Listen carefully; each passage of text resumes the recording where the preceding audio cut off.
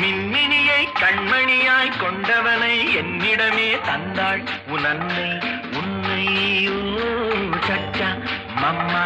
பப்பா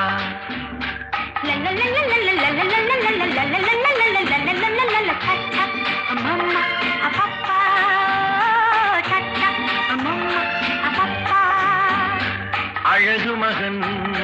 மழலை மொழி தென்பொதிகை செந்தமிழோ அழகு மகன் மழலை மொழி தென்பொதிகை செந்தமிழோ